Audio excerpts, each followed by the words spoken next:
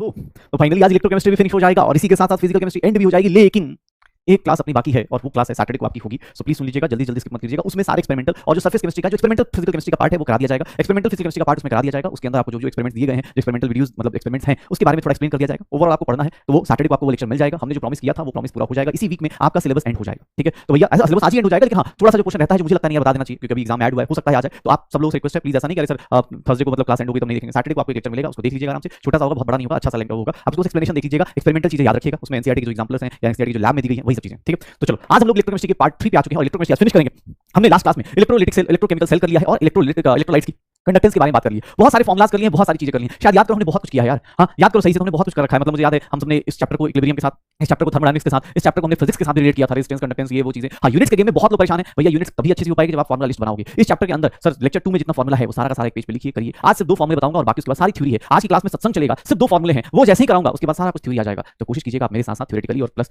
Formula दोनों concepts को साथ साथ करते चले। आज हम लोग इलेक्ट्रोकेमिस्ट्री फिनिश करेंगे और देखेंगे क्या क्या चीजें होती हैं। पक्का? तो चलो भाई आज देखते हैं। हम लोग लास्ट क्लास में इलेक्ट्रोकेमिकल सेल कर चुके हैं। मैं आपको बस एक बेसिक चीजें रिवाइज करा दूं। इलेक्ट्रोकेमिकल सेल में मैं बार-बार बोलता हूं, इलेक्ट्रोकेमिकल सेल में हमारे पास 2 टर्म्स आए थे। एक आया था एनोड, एक आया था कैथोड। सर एक टर्मिनल आया था एनोड और एक टर्मिनल आया था, एनोड क्या था नेगेटिव था, कैथोड क्या था पॉजिटिव था। एनोड क्या था नेगेटिव था, कैथोड क्या था पॉजिटिव था। यही था शायद इलेक्ट्रोकेमिकल सेल में। पक्का? एनोड पे क्या होता था तो ऑक्सीडेशन होता था, ऑक्सीडेशन होता था। और मैंने बोला था कि सर यहां पर आपको क्या देखना होता है, हाईएस्ट ऑक्सीडेशन पोटेंशियल देखना होता है। यहां पर क्या देखना होता है, हाईएस्ट रिडक्शन पोटेंशियल देखना होता है, हाईएस्ट रिडक्शन पोटेंशियल देखना होता है। यही इलेक्ट्रोकेमिकल सेल की कहानी थी। सर यहां से हम लोग 2 चीजें निकालते थे, एक ई नॉट सेल निकालते थे, एक ई नॉट सेल निकालते थे, एक ई नॉट सेल निकालते थे। ई नॉट सेल मतलब जिसका ऑक्सीडेशन पोटेंशियल हो रहा है, एनोड का ऑक्सीडेशन पोटेंशियल, और जिसका रिडक्शन पोटेंशियल, कैथोड का रिडक्शन पोटेंशियल निकाल देते थे, कैथोड का रिडक्शन पोटेंशियल निकाल देते थे। एनोड का ऑक्सीडेशन, कैथोड का रिडक्शन पोटेंशियल, सब दोनों को ऐड करते थे, ई नॉट सेल आ जाता था। ये मेरा ई नॉट सेल था। फिर ई सेल के लिए नॉन इक्वेशन आ गया था। ई सेल के लिए हमने पढ़ लिया था कि E nought cell minus RT upon nF ln Qc था। ये हमने पढ़ा था और यही से हमने सारे चैप्टर को रिलेट किया था। ये हमने लास्ट क्लास में खत्म किया था। फिर मेरे पास आया, मैं सेकंड टॉपिक पे आया तो उसमें क्या आया, conductance of electrolytic solution. Electrolytes जो कंडक्टेंस शो करते हैं, electrolytic solution, conductance of electrolytic solutions, electrolytic solutions, conductance of electrolytic solutions कैसे करते हैं इलेक्ट्रोलाइट्स कंडक्ट। तो भैया ध्यान सुनिएगा कैसे करते हैं, ये देखिएगा। सर रेजिस्टेंस का फार्मूला पढ़ा था, रो L by A करा था। सर 1 upon R को हम लोग क्या बोल देते हैं, कंडक्टेंस बोल देते हैं। 1 upon रो को क्या बोल देते हैं, कापा बोल देते हैं। अगर इसका यूनिट बोला जाए तो दैट इज ओम इनवर्स हो जाएगा, या फिर उसी को हम लोग क्या बोल देते हैं, साइमन्स बोल देते हैं। इसका यूनिट देखेंगे तो क्या आएगा, साइमन सेंटीमीटर इनवर्स आएगा या फिर साइमन मीटर इनवर्स आ जाएगा।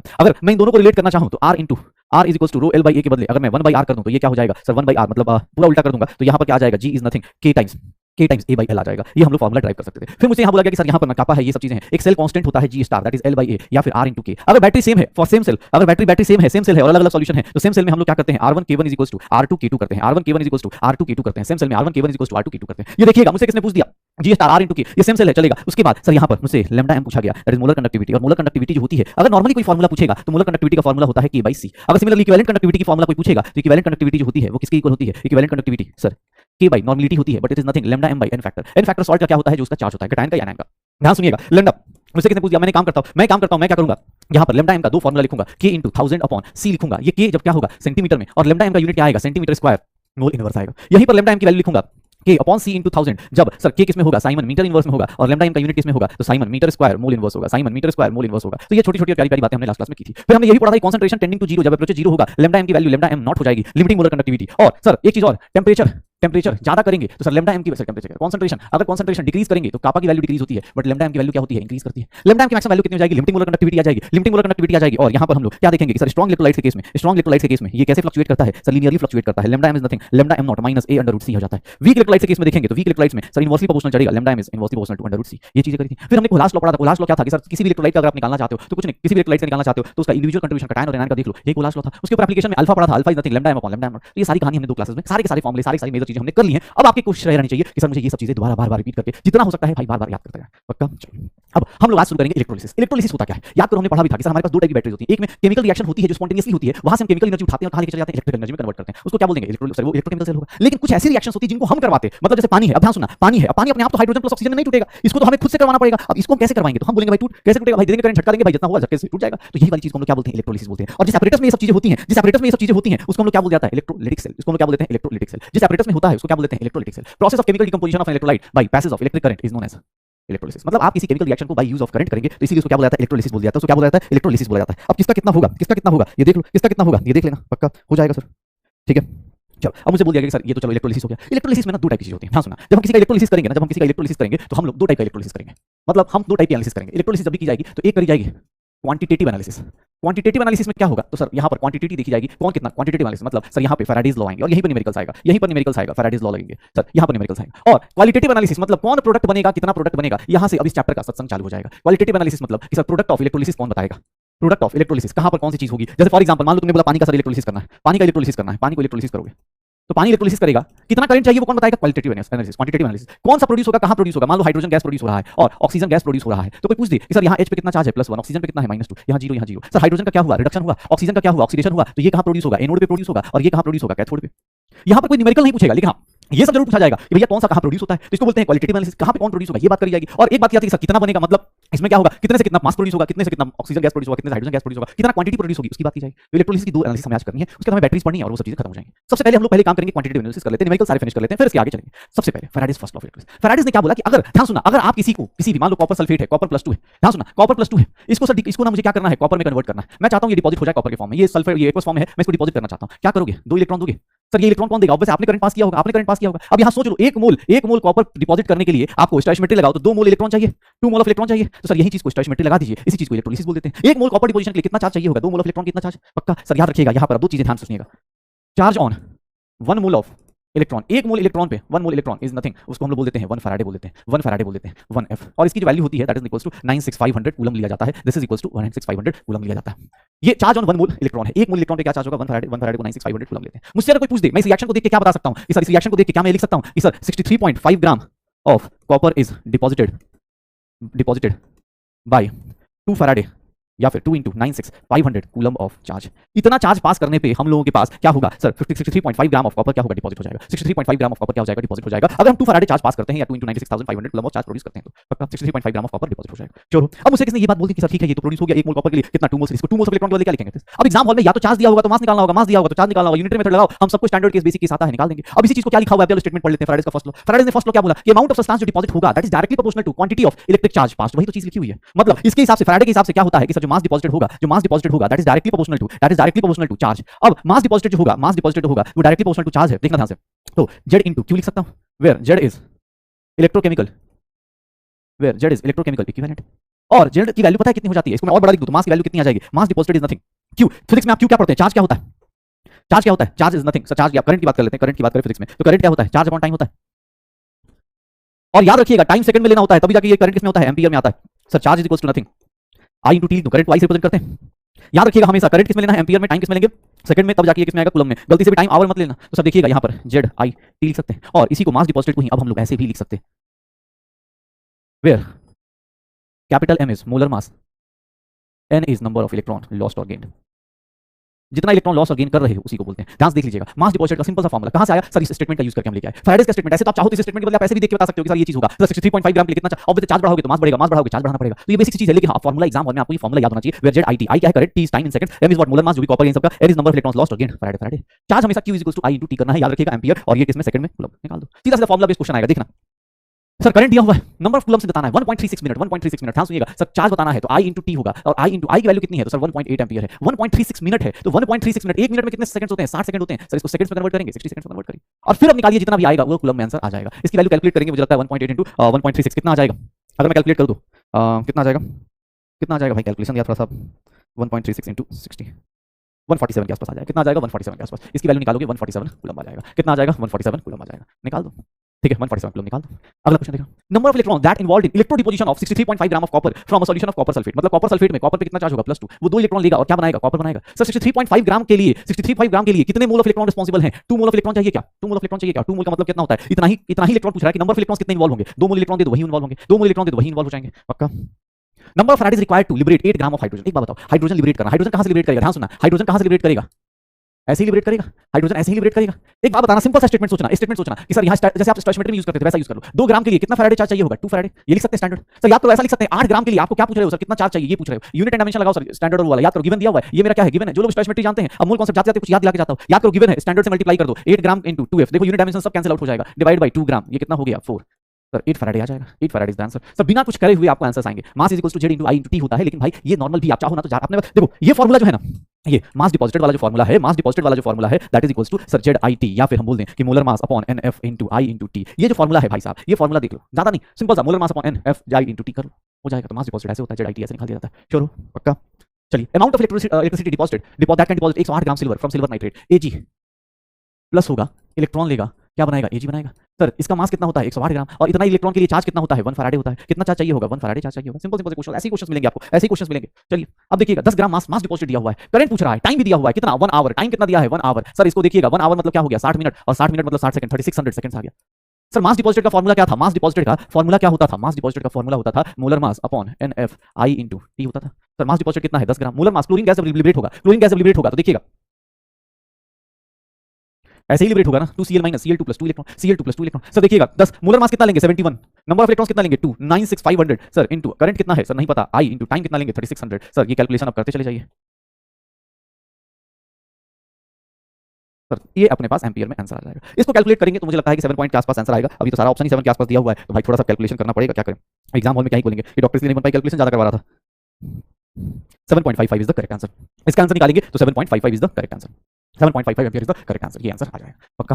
चलो डन, देख ले भाई, बस सिंपल सा फॉर्मूला है, मास डिपॉजिट M अपॉन NF, इसी के ऊपर छोटे छोटे न्यूमेरिकल्स मिलते चले जाएंगे। एक क्वेश्चन और करो, बताओ, क्वेश्चन की कमी नहीं है, करते चलिए। कितना होगा, एसिडुलेटेड वाटर है, एसिडुलेटेड मतलब H+ होगा, बोल रहा है 112 ml hydrogen gas at STP इतने टाइम में कलेक्ट कर रहे हैं, कैथोड पे हो रहा है, मतलब कैथोड पे क्या होता है रिडक्शन होता है। सर देखिएगा एसिडुलेटेड वाटर है मतलब उसके साथ रिएक्शन जो होगी वो यही होगी, H+ क्या बनाएगा H2 गैस बनाएगा। अब वो बोल रहा है कि सर एक बात बताइए, क्या बोल रहा है कि सर मास नहीं दिया है वॉल्यूम दिया है, कोई दिक्कत नहीं, तुम्हें देखो स्टोइचियोमेट्री जिसको आती है ना वो बहुत आसानी से कर लेता है। वैसे ये देखिएगा 22400 ml लिख सकता हूं, 22400 ml के लिए कितना चार्ज चाहिए होगा 2 फैराडे चार्ज लिख सकते हो। तो सर 112 ml के लिए अब देखो भाई स्टोइचियोमेट्री पढ़ा है तो इसके लिए कितना फैराडे चार्ज चाहिए होगा निकाल सकते हो। कैसे सर, ये गिवन है और आपको पता है स्टैंडर्ड से कैसे मल्टीप्लाई करते हैं। चार्ज की वैल्यू क्या आ गई 112 × 2F डिवाइडेड बाय 222400। सर ये कितना हो गया 200 हो गया, ये कितना हो गया 100 हो गया। फैराडे की वैल्यू कितनी होती है 96500 अपॉन 100, कितना आ जाएगा 965 कूलम आ जाएगा। जैसे ही 965 कूलम आया चार्ज, मुझे पता है चार्ज की वैल्यू क्या होती है I × T होती है। सर करंट कितना आ जाएगा 1 एम्पियर आ जाएगा, करंट कितना हो जाएगा 1 एम्पियर आ जाएगा। तो 1 ampere is the correct answer, 1 ampere is the correct answer, 1 ampere is the correct answer. निकालते रहे भाई पक्का डन। चलो अब आते हैं फर्स्ट लॉ हमारा कंप्लीट हो गया, जिसमें ये बताया गया कि मास डिपॉजिट होता है वो किसके डायरेक्टली प्रोपोर्शनल है चार्ज के, और उसके लिए फिर हम लोग फॉर्मूला कौन सा यूज कर लेते हैं, charge is nothing mass upon molar mass upon NF, molar mass upon NF × I × T। अब इसी का यूज करके फैराडे ने सेकंड लॉ दे दिया। सेकंड लॉ क्या बोला, फैराडे ने बोला कि भाई अगर किसी के through same quantity of electric charge pass करो, ध्यान सुनना, सेम चार्ज सेम रहना चाहिए, अगर चार्ज सेम है और अलग अलग मेटल से आप पास करते हो तो एक बात बताना, चलो सिंपल बताओ, मास डिपॉजिट का फॉर्मूला क्या था, मास डिपॉजिट का नॉर्मली फॉर्मूला, देखो कोई बहुत बड़ी स्टेटमेंट नहीं है, बस सोचने का तरीका है, molar mass upon NF I × T, या चार्ज लिख देता हूं। अगर चार्ज सेम है, फैराडे क्या होता है कांस्टेंट होता है, तो मास डिपॉजिट का जो रेशियो होगा, चार्ज सेम है सबके लिए, फैराडे कांस्टेंट है सबके लिए, तो मास डिपॉजिट का रेशियो होगा mass of A upon mass of B का जो रेशियो होगा, मोलर मास अपॉन N को क्या लिख देते हैं इक्विवेलेंट मास का रेशियो लिख सकते हैं क्या हम लोग, इक्विवेलेंट मास ऑफ A लिख सकते हैं, इक्विवेलेंट मास ऑफ A और divide by equivalent mass of B, equivalent mass of A divide by equivalent mass of B, यही होगा ना भाई साहब, यही होगा ना, तो बस यही करना है, इक्विवेलेंट मास ऑफ B देख लो अपने पास, श्योर हो तो ये देख लो मास डिपॉजिट का फॉर्मूला क्या हो जाएगा कि molar mass upon NF × Q। Sir देख लो मास डिपॉजिट, सर ये कांस्टेंट है, ये कांस्टेंट है, तो sir mass upon molar mass upon N को फैक्टर को क्या बोल देते हैं इक्विवेलेंट मास बोल देते हैं। कोई बोले equivalent mass is nothing, equivalent mass देख लो भाई, अब यही पे कर लेते हैं, इक्विवेलेंट मास जो होता है वो कुछ नहीं, इक्विवेलेंट मास के बारे में बात की जाए ऐसे तो सिलेबस में नहीं है, लेकिन molar mass upon N factor बोला जाता है। N फैक्टर हर एक के लिए अलग अलग होगा, चलो N फैक्टर का भी लिस्ट बना ही देता हूं, क्यों मतलब अगले क्लास का क्यों वेट करना है, बेटर बना ही देता हूं। सर देखिएगा एसिड के केस में N फैक्टर जो होता है, एसिड के केस में जो N फैक्टर होता है वो क्या होता है कि कितना H+ आप यूज कर रहे हैं, number of H+ ion donated, number of H+ ion donated. Base के केस में बात की जाए तो बेस के केस में N फैक्टर जो होता है वो ये होता है कि number of OH- ion donated या फिर number of H+ ion accepted, base accept भी करता है ना। अगर सॉल्ट के केस में कोई पूछ दे तो N फैक्टर जो होता है सर कितना, चार्ज ऑन कैटायन और एनायन, किसी एक पे चार्ज ले लीजिएगा, किसी एक का चार्ज ले लीजिएगा, उसका सिर्फ मैग्नीट्यूड लेना है, चार्ज ऑन कैटायन और एनायन लेना है। सॉल्ट हो गया चार्ज ऑन कैटायन और एनायन हो गया, एसिड बेस सॉल्ट हो गया। अगर मैं पूछूं कोई एटम दे दिया जाए तो उसका N फैक्टर क्या होता है, उसकी वैलेंसी हो जाती है, उसका N फैक्टर क्या हो जाती है, उसकी वैलेंसी हो जाती है। कोई आयन है तो उसका N फैक्टर क्या होता है, उसका चार्ज हो जाता है, कोई आयन है तो उसका N फैक्टर चार्ज हो जाता है। और अगर कोई रिडॉक्स रिएक्शन है तो रिडॉक्स रिएक्शन में क्या हो जाता है कि नंबर ऑफ इलेक्ट्रॉन्स लॉस्ट और गेन्ड, ये दोनों इक्वल होते हैं तो कोई टेंशन नहीं होती है। तो N फैक्टर याद रखिएगा, equivalent mass is nothing molar mass upon N factor, ये देख लीजिए acid base salt atom ion redox reaction, इन सब प्लेन फैक्टर पक्का हो जाएगा। मतलब अगर सेम क्वांटिटी ऑफ चार्ज दो अलग अलग लोगों को पास कर रहे हैं तो उस केस में जो मास डिपॉजिट होगा वो किसके रेशियो में आएगा, वो रेशियो जो होगा वो किसका रेशियो होगा, इक्विवेलेंट मास का रेशियो होगा। जैसे फॉर एग्जांपल ये देखो 3 Faraday of electricity is pass, मतलब सबको सेम इलेक्ट्रॉन दिया गया, Al2O3 कॉपर सल्फेट और मोल्टेन NaCl। यहां पर हर एक टाइम वही क्वेश्चन नहीं लगाना है, क्यों, क्योंकि यहां पर ना सामने वाला कुछ और मजे ले रहा है, यहां पर इक्विवेलेंट मास का रेशियो नहीं पूछ रहा, वो बोला कितने मास डिपॉजिट होंगे, अबाउट कितना डिपॉजिट होगा। चलो एक बात बताओ, एल्यूमिनियम पे क्या होता है, एल्यूमिनियम पे अगर 3 फैराडे दोगे तो वो कितना जनरेट करेगा, 1 मोल होगा एल्यूमिनियम का। कॉपर पे, कॉपर +2 है, उसको कितना चाहिए 2 इलेक्ट्रॉन चाहिए, कॉपर बनेगा। अब कॉपर के 1 मोल्स के लिए कितना चाहिए 2 फैराडे चाहिए। सर सोचो ना स्टैंडर्डली अगर 3 फैराडे दोगे तो इसका कितना हो जाएगा सर 1.5 मोल हो जाएगा, निकाल के देख लो, स्टोइचियोमेट्री से निकाल के देख लो। Na+ की बात करें तो Na+ 1 इलेक्ट्रॉन लेके कितना चलाएगा, Na सॉलिड बनाएगा। सर देखोगे ये 1 फैराडे से 1 मोल तो 3 फैराडे से कितना हो जाएगा, 3 फैराडे से कितना हो जाएगा, सर रेशियो निकाल सकते हैं इसका कितना, सर एल्यूमिनियम का कितना मोल होगा 1 मोल, इसका कितना होगा सर 1.5 मोल, और इसका कितना होगा 3 मोल। सर निकाल दो 1 मोल 1.5 मोल 3 मोल निकाल दो, आ जाएगा सर, श्योर हो पक्का। Same amount of electricity pass की जा रही है Al2O3 और NaCl में। अब बोल रहा है मास डिपॉजिट निकालना है, तो मास डिपॉजिट किसके रेशियो में आएगा, सर मास ऑफ एल्यूमिनियम जो डिपॉजिट हो रहा है अपॉन मास ऑफ सोडियम। अगर तुमसे कोई पूछ दे तो मास ऑफ सोडियम जो निकालना है उसको ऊपर रख दो, और sir equivalent mass of sodium upon equivalent mass of aluminium. Sir क्या होगा, मास ऑफ सोडियम नहीं पता है, mass of sodium upon mass of aluminium कितना लिबरेट हो रहा है 1.8, इक्विवेलेंट मास ऑफ सोडियम क्या होगा, सर सोडियम का इक्विवेलेंट मास क्या होगा, नॉर्मल मोलर मास कितना होता है 23, सर सोडियम का यहाँ पर चार्ज कितना है 1, 23/1। एल्यूमिनियम का क्या होगा सर, ऐसे नॉर्मली 27 होता है, चार्ज कितना होता है 3। तो देखिएगा क्या हो जाएगा सर मोलर मास ऑफ 4.6 ग्राम आ जाएगा। कितना ग्राम आ जाएगा? 4.6 ग्राम आ जाएगा। तो हो गया सर, यही है दो इलेक्ट्रोलिसिस का। इलेक्ट्रोलिसिस में कौन कितना डिपॉजिट होगा या कैसे कितना लिबरेट होगा, ये कहानी पता होनी चाहिए फर्स्ट लॉ से। अगर दो लोगों को सेम चार्ज दे देंगे तो उसमें क्या होगा, तो जो मास डिपॉजिट का रेशियो होगा वो इक्विवेलेंट मास का रेशियो होगा। इक्विवेलेंट मास नथिंग सर, जिसका जो चार्ज है वही अपने पास भाग डाल दो। एल्यूमिनियम का चार्ज +3 है तो वो डाल दिया, एल्यूमिनियम का +3 डाल दिया, यहाँ पर हो गया, आंसर निकल जाएगा। श्योर हो? पक्का? डन? तो बस निकालते हो हर एक मेटल का। पक्का? चलिए, अब मेरे पास ये क्वांटिटेटिव एनालिसिस हो गया। क्वांटिटेटिव एनालिसिस मतलब कि हमने क्वांटिटी निकाल के चेक कर लिया। अब अगर आपसे पूछे क्वालिटेटिव एनालिसिस, तो यहाँ पर अब देखना, ये हमारे पास कौन सा एनालिसिस है? Qualitative analysis. अब देखिएगा कौन क्या बनेगा, कब कौन सा क्या बनने वाला है उसके बारे में बात करेंगे, and that is qualitative analysis. Qualitative analysis मतलब कि कौन इलेक्ट्रोलिसिस में जाएगा और किसका। चलो पहले से बताओ, ये छोड़ो अभी कहानी। अगर मैं कैथोड चूज करता था, अगर मैं कैथोड पे चूज करता था तो कैथोड पे किसको कराता था? अगर मेरे पास 2-3 लोग दिए हैं तो कैथोड पे किसको लूंगा जिसका रिडक्शन पोटेंशियल क्या हो? कैथोड पे किसको, याद करो पिछले कॉन्सेप्ट, कैथोड पे किसको लूंगा जिसका रिडक्शन पोटेंशियल हाई हो। एनोड पे किसका लूंगा जिसका ऑक्सीडेशन पोटेंशियल हाई हो। एनोड पे किसका लूंगा जिसका ऑक्सीडेशन पोटेंशियल हाई हो। पक्का? तो सर यहाँ पर भी वही कॉन्सेप्ट यूज करना है सर। ये पहले कुछ स्टेटमेंट बेस्ड क्वेश्चन है, इसका प्रोडक्ट ऑफ इलेक्ट्रोलिसिस किस पे डिपेंड करता है, depends on the nature of material जिसको इलेक्ट्रोलिस कर रहे हैं, और दूसरा टाइप्स ऑफ इलेक्ट्रोड पे।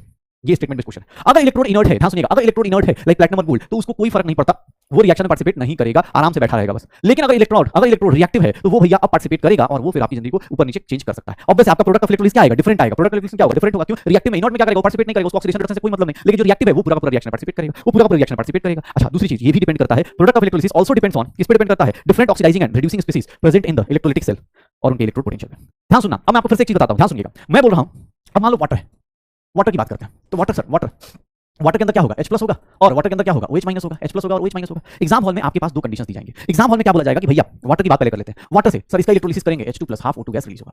सर H+ जब आगे जाएगा तो सर यहाँ इलेक्ट्रॉन एक्सेप्ट करेगा, तो H+। वाटर के रिडक्शन पे क्या मिलता है सर? वाटर के रिडक्शन पे क्या मिलता है? H2। वाटर ऐसे लिख देता हूं, रुक जाओ, ऐसे याद रखना। वाटर है, वाटर का अगर रिडक्शन करोगे, तो सर वाटर के रिडक्शन पे हाइड्रोजन गैस लिबरेट होगी, और जो रिडक्शन पोटेंशियल होता है H2O से H2, ये होता है -0.83 वोल्ट। ठीक है? और वाटर का अगर ऑक्सीडेशन कर देते हो, ऑक्सीडेशन पोटेंशियल लोगे तो ऑक्सीजन गैस लिबरेट होगी। ये बेसिक चीज याद रखिएगा। और इसका जो NaOH2 होता है, NaOH2 से O2, ये वैल्यू जो आती है आप कहीं भी पढ़ेंगे तो 1.23 वोल्ट पढ़ेंगे। लेकिन एक्जैक्टली मैं सच बताऊं तो ये इतना नहीं होता है, आपको कहीं भी मिलेगा, ये मिलेगा। वाटर का ऑक्सीडेशन करेंगे O2 गैस रिलीज होगी, OH- ये सब चीज होंगी, बट आप वो रिएक्शन छोड़, क्योंकि वो रिएक्शन तुमसे पूछेगा नहीं। बस याद रखना, रिडक्शन करेंगे तो हाइड्रोजन गैस बनेगा, ऑक्सीडेशन करेंगे तो O2 गैस बनेगा। ठीक है? O2 गैस लिबरेट होगा। सर ऑक्सीडेशन कहां होता है? ऑक्सीडेशन कहां होता है? एनोड पे, तो ये एनोड पे मिलेगा, और ये कहां मिलेगा? कैथोड पे। ये कहां मिलेगा? कैथोड पे। तो ये सब कहानी पूछी जाएगी। सर ये जो वैल्यू होती है ना, याद रखिएगा, ये जो रिएक्शन होता है केमिकल काइनेटिकली हम बोल सकते हैं, काइनेटिकली स्लो होता है। ये रिएक्शन बहुत ज्यादा स्लो होता है, काइनेटिकली स्लो होता है, अपने आप टूटेगा नहीं, बहुत स्लो टूटता है। तो हम लोग to match the speed, sir to match the speed of reaction, हम लोग क्या करते हैं? स्पीड ऑफ रिएक्शन को मैच करने के लिए, we use extra potential known as over potential. इसको हम लोग क्या बोल देते हैं? Over potential. इसको हम लोग मैच करने के लिए, ताकि इसकी स्पीड बन जाए, इसके लिए हम लोग क्या यूज करते हैं? ओवर पोटेंशियल यूज करते हैं। और जो इसकी वैल्यू होती है रियल में, जो देखोगे H2 से O2 की, वो वैल्यू जो होती है इतनी नहीं होती, उसमें इतना और ऐड कर दीजिएगा, -1.46।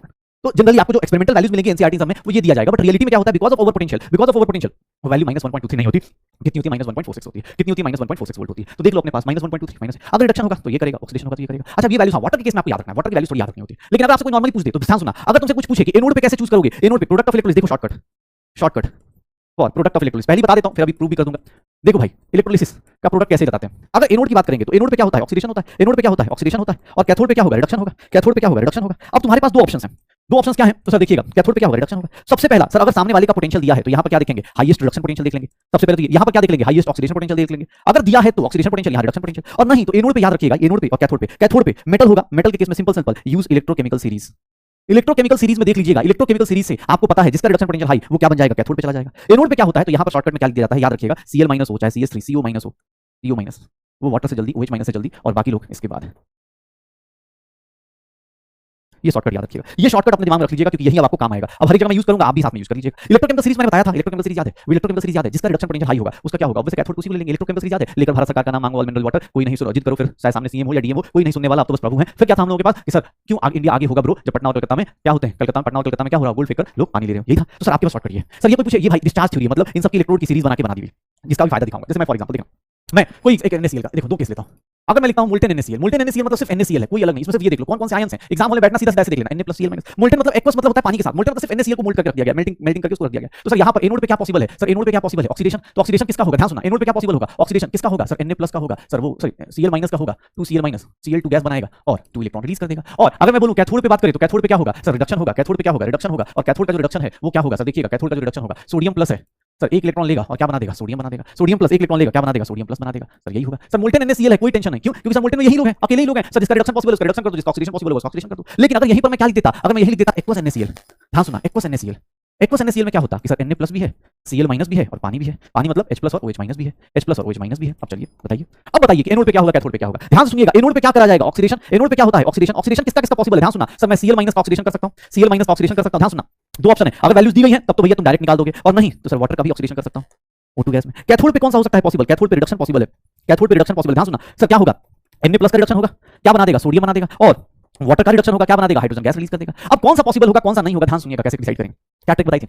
एनोड पे क्या देखना है? Highest oxidation potential. नहीं तो आप ये देख लीजिएगा, अगर ऑक्सीडेशन पोटेंशियल दिया तो उससे सेलेक्ट कर लीजिएगा, नहीं तो दूसरा सर Cl माइनस ज्यादा करेगा एज कंपेयर टू वाटर का OH माइनस, और ये लोग पीछे रहेंगे, मतलब इसका डिस्चार्ज होने का ये जल्दी टेंडेंसी होती है। तो सर यहाँ पे कौन आएगा, अटैक कौन करेगा? Sir Cl minus. कौन रिलीज होगा? ये रिलीज नहीं होगा, Cl2 अपने पास ज्यादा जल्दी रिलीज हो जाएगा। तो डायरेक्ट आंसर एनोड पे क्या होगा? Cl2 गैस रिलीज होगा, क्योंकि सर जल्दी डिस्चार्ज हो जाता है, ठीक है, उसका ऑक्सीडेशन पोटेंशियल क्या होगा? ज्यादा। अच्छा कैथोड पे बात करेंगे तो कैथोड पे क्या होगा? अब सोडियम और वाटर में कैसे डिसाइड करें? तो सर कैथोड पे क्या लेते हैं? Highest reduction potential. याद करो सर, लेकर भारत सरकार का नाम मांगो ऑल मिनरल वाटर। सर यहां से यहां जा रहे हैं, रिडक्शन पोटेंशियल बढ़ रहा है, रिडक्शन पोटेंशियल बढ़ रहा है। याद करो रिडक्शन पोटेंशियल ऐसे था ना अपने पास, जिद करो फिर चाहे CM हो चाहे DM हो, सर कोई नहीं सुनने वाला, ऐसे ही था सर। अब ये जितना आगे जा रहे हैं, जितना भी आगे जा रहे हैं, इधर क्या हो रहा है? रिडक्शन पोटेंशियल क्या हो रहा है? इंक्रीज कर रहा है। वाटर का रिडक्शन पोटेंशियल सोडियम से ज्यादा है, मतलब वाटर हाइड्रोजन गैस लिबरेट होगा, सोडियम लिबरेट नहीं होगा। बस तो एक्वस NaCl कोई पूछ दे तो आपसे ये सब क्वेश्चन पूछा जाएगा कि सर कौन लिबरेट होगा, कौन सा नहीं लिबरेट होगा। तो ये क्वेश्चन तो ये है। इसको बताने का तरीका दो है सर, या तो आप क्या देख के बता दीजिए, ऑक्सीडेशन रिडक्शन पोटेंशियल देख के बता दीजिए, या फिर आप इस शॉर्टकट पे याद रखिएगा, शॉर्टकट पे याद रखिएगा पक्का। चलो ना तुम खुद कर लोगे। चलो अब देखो, अब यहाँ पर देखो दो चीजें दी हैं, सुना एक बार ध्यान सुना। एक्वस कॉपर सल्फेट है, तो यहाँ कॉपर +2 है, सल्फेट -2 है, और वाटर का ऑक्सीडेशन भी हो सकता है और रिडक्शन भी हो सकता है। वाटर का रिडक्शन और वाटर का ऑक्सीडेशन। ध्यान सुनना, तुम्हारे पास ऑप्शन है, एक तो तरीका जहां पे ये वैल्यूज दी होंगी, एग्जाम हॉल में ये वैल्यूज दी है, वहां सेलेक्ट कर लो। सर ये बताइएगा ये रिएक्शन जो हो रही है वो कहां होगी? कैथोड का मतलब क्या होता है? Sir reduction. देखना कैथोड पे क्या होगा? रिडक्शन। एनोड पे क्या होगा? ऑक्सीडेशन। चलो कॉपर का रिडक्शन देख लो, क्या हो रहा है? पॉजिटिव। किसका रिडक्शन पोटेंशियल हाई है? कॉपर का। सर कॉपर का रिडक्शन पोटेंशियल हाई है, कॉपर का रिडक्शन पोटेंशियल हाई है, सर कॉपर रिड्यूस होगा, ये नहीं होगा। एक तो पोटेंशियल देख के बता सकते हो। एनोड पे क्या देखोगे? Oxidation potential. किसका ऑक्सीडेशन पोटेंशियल हाई है? सर वाटर का ऑक्सीडेशन पोटेंशियल हाई है, इसका सल्फेट का नहीं है। तो सर ये तो पता चल गया, देख लो ये लिख सकते हैं। अब कोई बोले सर मुझे वैल्यूज ना दी हो, तो एग्जाम हॉल में दो ऑप्शन है, या तो वैल्यूज दी होंगी, नहीं दी होंगी तो फिर आप शॉर्टकट आजमाओगे। शॉर्टकट में क्या था? चलो सर कॉपर और वाटर में किसका रिडक्शन पोटेंशियल हाई था? याद करो कॉपर में वाटर में किसका रिडक्शन पोटेंशियल हाई था? अभी जस्ट देखो कॉपर कहां था? यहां था ना भाई, इसके आगे था ना। क्यों आगे?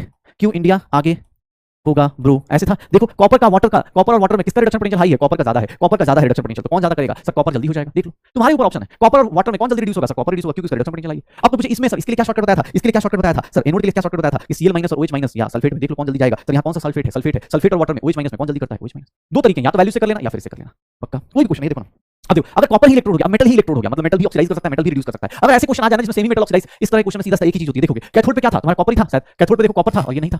कैथोड पे तो अभी जस्ट सेलेक्ट किया। एनोड पे क्या होगा? बस एनोड पे चेंज होगा। सर अभी तो सोच रहे थे वाटर करेगा, लेकिन कॉपर ही कर जाएगा। क्यों? देख लो पोटेंशियल की वैल्यू उठा के देख लो। याद रखना शॉर्टकट ये होता है कि अगर सेम मेटल का ही इलेक्ट्रोड यूज करते हो तो ऑक्सीडेशन और रिडक्शन सेम मेटल का ही हो जाता है। किसे? सर याद करो कंसंट्रेशन से याद है, एक ही मेटल ऑक्सीडाइज भी कर रहा है, एक ही मेटल रिड्यूस कर रहा है। कॉपर यहां ऑक्सीडाइज भी कर रहा है, कॉपर यहां रिड्यूस भी कर रहा है, पक्का। तो अगर देख लो ध्यान सुनना अपने पास, अगर इनर्ट इलेक्ट्रोड है तो हम नॉर्मली बात करेंगे, जैसे इस केस में कोई इलेक्ट्रोड नहीं था तो कोई टेंशन नहीं थी। यहां सेमी मेटल का इलेक्ट्रोड दे दिया तो भाई वो भी पार्टिसिपेट करेगा, वो भी रिएक्शन करेगा, और वो रिएक्शन करेगा तो सेम चीज डिपॉजिट हो जाएगी। ध्यान सुनिएगा, अगर Ag है, Ag मतलब क्या होगा? ध्यान सुनना, Ag मतलब Ag भी पार्टिसिपेट करेगा। ध्यान सुनना सर, अभी भी Ag प्लस वाटर, अरे यार कुछ गड़बड़ हो गया इसमें, Ag नाइट्रेट है, गड़बड़ हो गया इसमें।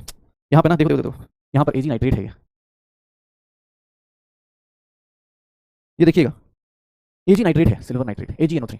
अगर AgNO3 यूज करते हैं तो कैथोड पे और एनोड पे दोनों जगह जब अपना ही मेटल यूज होता है तो उस केस में आंख बंद करके क्या लगा दो? सर देख लो अपने पास, उस केस में आंख बंद करके अपना ही मेटल ऑक्साइड करो, अपना ही मेटल क्या कर दोगे? रिड्यूस कर दोगे, अपना ही मेटल ऑक्साइड, अपना ही मेटल रिड्यूस कर दो। ये देखना यहाँ पर ये बहुत इंपॉर्टेंट है क्योंकि ये एनसीईआरटी में दिया हुआ है। ये दो चार जो केसेस हैं वो एनसीईआरटी में, और एनसीईआरटी वाले केस तो आपको पता ही होना चाहिए क्योंकि उसके पीछे का रीजन बताता हूं। एनसीईआरटी H+H2SO4 में क्या होगा? H+ होगा, और ये H+ यहां से भी होगा, पानी से भी होगा, दो जगह से H+ है। सर सल्फेट होगा और क्या होगा? OH- होगा, यही होगा अपने पास। सल्फेट और OH- में से कौन जल्दी डिस्चार्ज होगा? सल्फेट और OH- में से कौन जल्दी डिस्चार्ज होगा? देख लो अपने पास, मैं क्या देख रहा हूं? सल्फेट से ज्यादा जल्दी कौन डिस्चार्ज होगा? OH-। कैथोड पे तो भाई एक ही आदमी बैठा हुआ है, वो कौन सा? H+ ही है। H+ का क्या होना है? रिडक्शन होना है। एक याद रखना, ये चीज एनसीईआरटी में दी हुई है और इसीलिए इंपॉर्टेंट है। इंपॉर्टेंट इसलिए है कि रियल क्वेश्चन ये आता है कि सर अगर सल्फेट आयन को मतलब वाटर ही ऑक्सीडाइज होना है, लेकिन अगर क्वेश्चन में चाहे कि सर सल्फेट को ऑक्सीडाइज करना चाहे थायोसल्फेट में OH- में, तो उसके लिए हमें क्या करना पड़ेगा? तो उसके लिए हमें दो चीजें करनी पड़ेंगी, एक तो हाई करंट डेंसिटी और दूसरा हायर SO4 कंसंट्रेशन डालना पड़ेगा। ये एनसीईआरटी में है तो इसका ध्यान रखिएगा। अच्छा कोई बोले सर कहीं भी आपको दिया किसी भी टाइप का, आपका आंसर निकालते चले जाओ। NiSO4 दिया, ध्यान सुनना, NiSO4 में कौन से लोग होंगे? पहले बताओ। निकेल +2 का सर सल्फेट होगा और सर H+ होगा, वाटर का मतलब ऐसे लिखता हूं, वाटर के अंदर H+ होगा और कौन होगा? OH- होगा। चलो सर सल्फेट और OH- में से कौन रेस जीतेगा? OH- जीतेगा, तो सर OH- का हो गया, ये काट दो। ये सर एनोड पे हो गया, एनोड पे हो गया। कैथोड की बात करें तो निकल कहां आता था? वाटर के आगे था या पीछे था? याद करो, कोई नहीं सुनने वाला। रिडक्शन पोटेंशियल किसका आगे था? निकल का आगे था, तो इसलिए सर निकल यहां होगा, ये नहीं होगा, बस हो गया। अब आपको ये चीज ना, आपको चाहे तो ये मैं रिएक्शन इसलिए लिख रहा हूं क्योंकि कुछ लोगों को रिएक्शन की वैल्यूज दी होंगी, एग्जाम में हो सकता है ये वैल्यूज दी जाए, अदरवाइज आप डायरेक्ट प्रोडक्ट गेस कर सकते हो, कोई दिक्कत नहीं आएगी, आप डायरेक्ट प्रोडक्ट गेस कर सकते हो।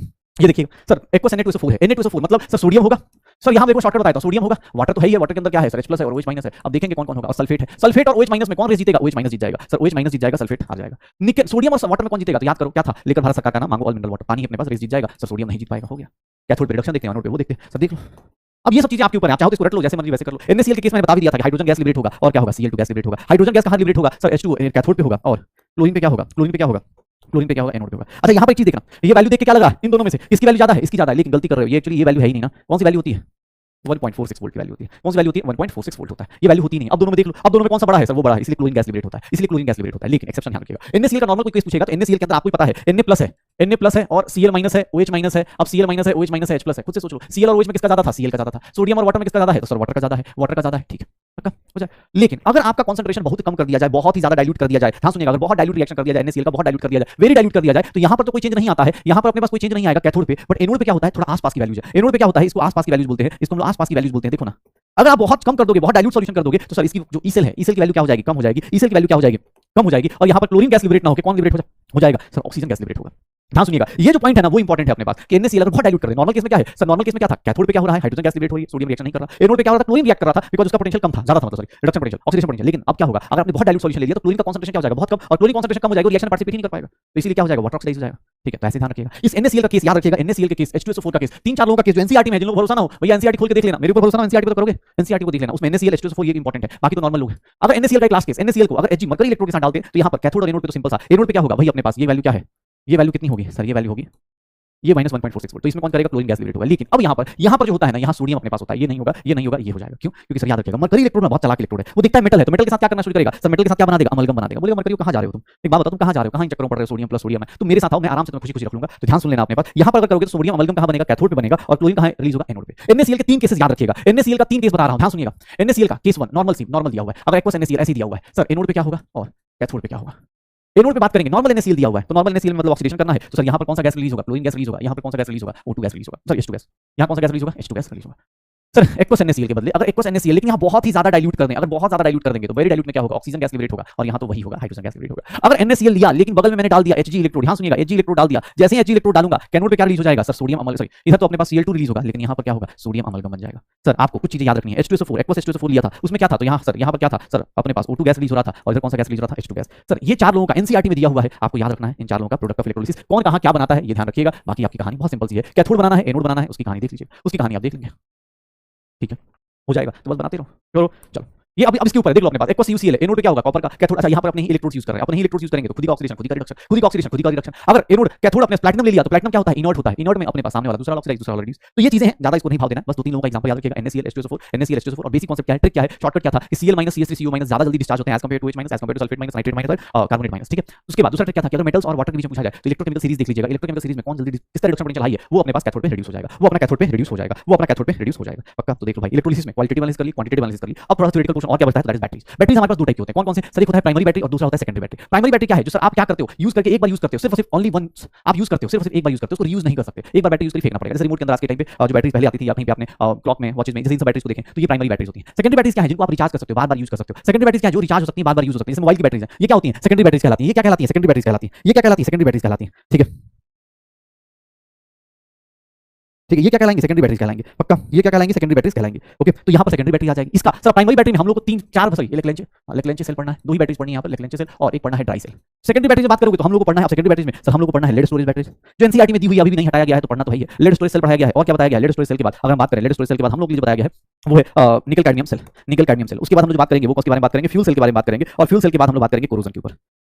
तो बैटरीज हमारे पास 2 टाइप की, एक रिचार्जेबल, एक non rechargeable. Primary battery non rechargeable, secondary battery जो रिचार्जेबल होती है। ध्यान सुना, लेक्लेंचे सेल, अब ये थोड़ा सा थ्योरेटिकल क्वेश्चन है, आई नो कि बहुत ज्यादा लोगों को लगेगा सर पका दिया, लेकिन भाई क्या करें, NCERT में दिया है, मैं आपके लिए तोड़ के बैठा हूं, इस तरह से तोड़ दीजिए इसको। लेक्लेंचे सेल देखेंगे आप सबने अपने घर में रिमोट में सब जगह यूज किया होगा, एक ऐसी लंबी बैटरीज होती है। ठीक है, लेक्लेंचे सेल, राइस सेल, इन सब के बारे में बात कर रहे हैं। लेक्लेंचे सेल क्या होता है, कहां यूज होता है, ट्रांजिस्टर्स में या क्लॉक्स में यूज होता है। ये देखिएगा प्राइमरी बैटरी है, इरिवर्सिबल है, गैल्वेनिक सेल है। आज के टाइम पे जब स्टेटमेंट बेस्ड क्वेश्चन आते हैं तो उसके लिए तैयार हो जाइएगा। हां, अब ये इसका किससे, पहले 2 चीजें याद रखिएगा, एक इसके बारे में, उसके बाद ये किससे किससे मिलकर बना है। जैसे एनोड की बात की जाए तो सर जिंक कंटेनर है, कैथोड की बात की जाए तो graphite rod surrounded by MnO2, and electrolytes की बात की जाए तो moist paste of NH4Cl and ZnCl2, moist paste of NH4Cl and ZnCl2। तो एनोड हो गया, कैथोड हो गया, इलेक्ट्रोलाइट्स हो गए, एनोड हो गया, कैथोड हो गया और इलेक्ट्रोलाइट्स हो गए। अब याद करना आई नो कि डिफिकल्ट है, रिएक्शंस भी डिफिकल्ट है। अब ये एनोड पे तो जिंक ऑक्सीडेशन होगा, कैथोड पे क्या होता है तो MnO2 NH4 के साथ ये बनाता है। ओवरऑल रिएक्शन देखोगे ऐसा होता है, मतलब अगर कोई नेट रिएक्शन पूछ दे, ओवरऑल रिएक्शन कोई दे दे, NCERT में देखेंगे आपको सब मिल जाएगा, आपको लिखने की जरूरत नहीं, आप NCERT खोलिए, वहां से पढ़िए भाई साहब, ये लिखिएगा मत गलती से, NCERT बहुत अच्छे से रखा है। वोल्टेज क्या है इसका 1.5 वोल्ट। सर जो अमोनिया प्रोड्यूस होता है, अगर आप उसको हटाना चाहते हो तो उसको किस साथ रिएक्ट कराते हो, जिंक के साथ रिएक्ट कराते हो। जो अमोनिया प्रोड्यूस होता है उसको अगर आप हटाना चाहते हो तो अमोनिया को किससे रिएक्ट कराओगे, जिंक के साथ। ठीक है, करता हूं। लेक्लेंचे सेल में ये कहानी है, मरकरी सेल या बटन सेल बोलते हैं इसको हम लोग, जो हमारी लाइफ में हम लोग की बस में जैसे होता है वॉचेस में इन सब यूज होता है, छोटा सा सेल होता है, कैलकुलेटर में यूज होता है, बटन सेल बोल देते हैं उसको, मरकरी सेल बोल देते हैं। मरकरी सेल क्या है तो सर ये लो करंट डिवाइसेस के लिए होता है। इसकी अच्छी बात क्या है, ध्यान सुना, अगेन इसका एनोड, कैथोड, इलेक्ट्रोलाइट, इसका वोल्टेज कम होता है, लेकिन इसका जो वोल्टेज होता है, इसकी जो लाइफ होती है वो कांस्टेंट रहती है। मतलब इसकी वोल्टेज होती है, देखोगे घड़ी चलते चलते एक बंद हो जाएगी, स्लो नहीं होगी। क्यों, क्योंकि सर ये ना सडनली स्टॉप हो जाता है, क्योंकि सर इसकी ओवरऑल रिएक्शन में कोई आयन इन्वॉल्व नहीं होता है। तो ड्राई सेल बस ये मरकरी सेल के बारे में बात किया जाए तो मरकरी सेल में एनोड, कैथोड, इलेक्ट्रोलाइट्स तो नहीं है, इनके जो रिएक्शंस होते हैं ना उसके अंदर देखोगे तो ओवरऑल जो रिएक्शन आया उसके अंदर कोई इलेक्ट्रॉन ट्रांसफर, कोई इलेक्ट्रॉन मतलब नहीं दिख रहा, कोई इलेक्ट्रॉन का आना जाना नहीं दिख रहा। तो ये हम लोग के लिए क्या कहलाता है, ये हम लोग के लिए क्या कहलाता है कि सर ये क्या है सर, इस टाइप की रिएक्शंस को जिसमें इलेक्ट्रॉन्स का एनोड रिएक्शन, कैथोड रिएक्शन, इस रिएक्शन का लाइफ क्या रहता है, इस बैटरी का लाइफ क्या रहता है sir, through out the life battery का लाइफ का जो वोल्टेज रहता है वो सेम रहता है, कोई टेंशन नहीं आती है। तो मरकरी सेल ये है अपने पास, मरकरी सेल ये है सर, ये वही बात है, कोई आयन इन्वॉल्व नहीं है। अब आते हैं सेकेंडरी बैटरी में। सेकेंडरी बैटरीज कहां यूज होती है, ऑब्वियसली इन्वर्टर्स में। कहां यूज होंगी, ऑटोमोबाइल्स में, इन्वर्टर्स में, ऑटोमोबाइल्स में, इन्वर्टर्स में। ये बैटरी आप सबने देखी होगी कहीं ना कहीं, NCERT की पिक्चर है, NCERT की पिक्चर है। बैटरी में negative plates, lead grids with spongy, positive plates, lead grids with PbO2। देख लो सर क्या दिया हुआ है, कैथोड और एनोड बनाया हुआ है, कैथोड और एनोड मैंने तोड़ के लिख दिया है। एनोड किसका, स्पॉन्जी लेड का, कैथोड किसका, grid of lead packed with PbO2, electrolytes किसका, इसका। तो देख लो लेड स्टोरेज बैटरी ऐसे बनती है, लेड स्टोरेज बैटरी ऐसे बनती है, कॉमनली यूज्ड इन ऑटोमोबाइल्स और इन्वर्टर्स। रिएक्शन क्या होती है इनकी, बड़ी इंपॉर्टेंट होती है क्योंकि इनकी चार्जिंग अलग होती है, डिस्चार्जिंग अलग होती है। ये डिस्चार्जिंग की रिएक्शन है, ये डिस्चार्जिंग की रिएक्शन जो एनसीईआरटी में दी गई है वो डिस्चार्जिंग की रिएक्शन है। जैसे ही चार्जिंग करने जाओगे और charging the reaction is reverse, उल्टा हो जाएगा। PbSO4 एनोड पे cathode is converted into PbO2 plus this, मतलब जो एनोड पे हो रहा है वो कैथोड पे हो जाएगा, कैथोड वाला एनोड पे हो जाएगा। याद रखिएगा सेकेंडरी बैटरी जो होती है वो दो टर्म का रोल करती है। चार्जिंग के टाइम पे अलग रिएक्शन होती है, डिस्चार्जिंग के टाइम पे रिएक्शन एकदम रिवर्स हो जाती है। चार्जिंग के टाइम पे अलग, डिस्चार्जिंग के टाइम पे रिएक्शन क्या हो जाएगी, अलग हो जाएंगे। पक्का हो जाएगा, श्योर हो। Nickel cadmium storage cell, nickel cadmium storage cell, ये बैटरी भी हमें एनसीईआरटी में मिल जाएगी, लेकिन हाँ एनसीईआरटी में इसे बहुत ज्यादा नहीं दिया गया। एनसीईआरटी में बस ये पिक्चर बनाई गई है। इसका एनोड आपको पता होना चाहिए कि एनोड किसका होता है, कैथोड किसका होता है, इलेक्ट्रोलाइट्स किसके होते हैं, एनोड कैथोड इलेक्ट्रोलाइट्स, और थोड़ा रेक्टिफिकेशन है। इसकी रिएक्शन एनसीईआरटी में नहीं है, एनसीईआरटी में एक लाइन दी गई है वो काम का है। इसका सेल पोटेंशियल 1.4 वोल्टेज है और ये लेड स्टोरेज बैटरी से ज्यादा लंबी लाइफ जीता है, मतलब ज्यादा लंबी लाइफ तक इसका बैटरी चलता है। सेल पोटेंशियल इसका ज्यादा रहता है, ठीक है, और कुछ नहीं, इसकी लाइफ ज्यादा होती है, बस एनसीईआरटी में रिएक्शन से ज्यादा नहीं है, तो आप उसकी टेंशन मत लेना। हाँ ये सब पता होना चाहिए, हर एक बैटरी को जब भी आप पढ़ते हो ना तो आप उसके चार चीजें, चार ही बैटरी पढ़नी है। चार बैटरी कौन सी सर देख लो, फिर से याद करो, लेकिन सेल मरकरी सेल, ये दोनों प्राइमरी बैटरीज, इनका स्ट्रक्चर जानना है, इनका रिएक्शन जानना है। लेकिन का वोल्टेज कितना था 1.5 वोल्ट, मरकरी का वोल्टेज कितना था 1.35 वोल्ट। लेड स्टोरेज बैटरी है और एक कौन सा अपने पास निकल कैडमियम बैटरी। तो लेड स्टोरेज बैटरी में भी क्या है, चार्जिंग डिस्चार्जिंग का सीन है। निकल कैडमियम बस एक चीज जानना कि भैया ये रिएक्शन का क्या हो जाता है, इस लाइफ का थोड़ा लंबा लाइफ होता है as compare to lead storage. तो ये प्राइमरी और सेकेंडरी बैटरीज होगी। अब आते हैं कुछ बैटरीज ऐसी होती हैं जो किसका यूज करती हैं, कंबशन एनर्जी का यूज करती हैं, कंबशन ऑफ फ्यूल का यूज करती हैं। Use of combustion of fuel मतलब ये सिर्फ इलेक्ट्रिकल एनर्जी प्रोड्यूस करेंगी by combustion of fuel, like hydrogen, CH4, methanol, ये सब। ये फ्यूल सेल की अच्छी बात क्या होती है, हाई एफिशिएंसी होती है और पॉल्यूशन फ्री होते हैं। फ्यूल सेल क्या करते हैं, हाई एफिशिएंसी और पॉल्यूशन फ्री, इनका एफिशिएंसी सोचो 70% होता है। ये सारी एनसीईआरटी की लाइन से भाई साहब, ठीक है ना, नई एनसीईआरटी में भी नहीं हटाया गया, इसलिए पढ़ना जरूरी है, ठीक है। फ्यूल सेल और ये अब अगर कोई पूछे hydrogen mercury, sorry fuel cell में सबसे इंपॉर्टेंट फ्यूल सेल है H2O2 fuel cell. H2O2 fuel cell मतलब क्या हो गया सर, H2O2 फ्यूल सेल का मतलब क्या हो गया, इसका जो इलेक्ट्रोड्स होंगे वो क्या होंगे, made of porous graphite, platinum और उसके साथ। अब ये सब चीजें थोड़ा सा आप देख लीजिए। इलेक्ट्रोलाइट्स यूज करेंगे वो KOH और NaOH यूज करेंगे। इसमें क्या करते हैं, एक साइड से ऑक्सीजन डालते हैं, एक साइड से हाइड्रोजन डालते हैं, H2 + O2 मिलेगा और दोनों क्या बनाएंगे सर, बहुत ज्यादा एनर्जी देंगे और प्लस वाटर बना लेंगे। इसलिए बहुत अच्छा फ्यूल सेल बुलाया था, क्योंकि इसमें पॉल्यूशन जीरो है, प्लस एनर्जी मिल रही है, प्लस वाटर मिल रहा है। बस कुछ नहीं, मिनरल ऐड करो, पानी पीते चले जाओ। देख लो ऑक्सीडेशन में क्या हो रहा है, हाइड्रोजन ये बना रहा है, O2 क्या बना रहा है, ये बना रहा है। ओवरऑल रिएक्शन देखोगे, ओवरऑल रिएक्शन क्या बन रही है, ये बन रही है। वोल्टेज कितना जनरेट कर रहा है, 1 वोल्टेज, कोई पॉल्यूशन नहीं, कुछ भी नहीं, सिंपल हाइड्रोजन का कंबशन कर रहे हैं विद ऑक्सीजन के साथ। सर देख लो ये क्या बना दिया फ्यूल सेल, बैटरी यहाँ भी बन रही है। अब आपको एग्जाम हॉल में ये सब जरूर पूछा जाएगा, एनोड पे रिएक्शन, कैथोड पे रिएक्शन। ये थोड़ा सा ये वाला जो क्वेश्चन थोड़ा बोरिंग है। आज मैं बोला शुरुआत वाला ठीक था, फ्राइडे लॉ तक सही था, उसके बाद प्रोडक्ट ऑफ इलेक्ट्रोलिसिस है वो भी थोड़ा सा बोरिंग हो जाता है, और ये वाला ही बोरिंग है, लेकिन कोई बात नहीं, चलो यार चलता है,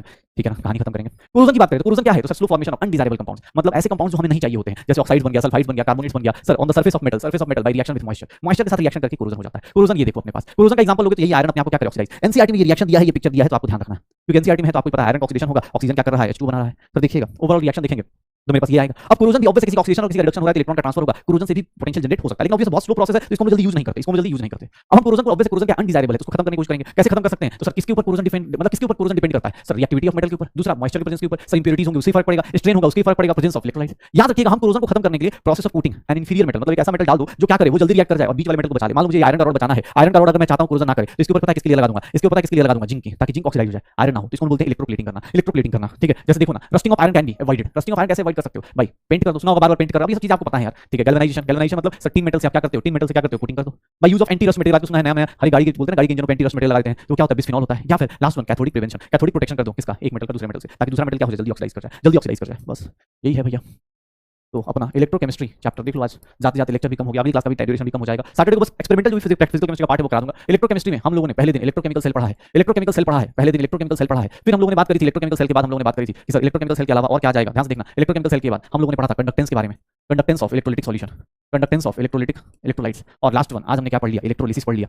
इलेक्ट्रोलिसिस में भी क्वालिटेटिव और क्वांटिटेटिव एनालिसिस और बैटरीज और सेल्स पढ़ लिया, बैटरीज और सेल्स पढ़िए। टोटल चैप्टर यही 4 पार्ट में डिवाइडेड था, आज हमने फिनिश कर लिया है। बस भैया अब होमवर्क क्या ही दूं आपको, बस आप बीपीपी अटेम्प्ट कर लीजिएगा, प्लस अब आप रिवीजन करते जाइए। पूरा का पूरा फिजिकल केमिस्ट्री आपके हाथ में आ चुका है, अब आपकी मर्जी है भाई साहब, आप जितना जल्दी चाहें सिलेक्शन के आसपास पहुंच जाइए। मैंने बोला था 12 फरवरी को ये सफर चालू हुआ था, आज 21 फरवरी है, और आज 12 से लेकर 21 के बीच में जिन लोगों ने साथ साथ खत्म किया, आप कमेंट करके बता सकते हैं कि सर आज का लेक्चर आज खत्म किया है। देख लो 12 फरवरी से 21 मार्च का सफर कितना मतलब आसान भी था, डिफिकल्ट भी था, कुछ चीजें मतलब ऊपर नीचे भी हुई, कभी मन नहीं किया आपको पढ़ने का, मुझे मन नहीं किया कोई पढ़ाने का, लेकिन फिर भी हम लगे रहे, टाइमली अपना सिलेबस खत्म कर रहे हैं। बस एक चैप्टर रहता है वो भी मैं खत्म करा दूंगा, उसके लिए भी किसी को बुला लो, सॉरी भाई, वो भी छोटा सा टॉपिक है, मैं 1 घंटे का सैटरडे को वीडियो डाल दूंगा, हो जाएगा, वो फिनिश हो जाएगा।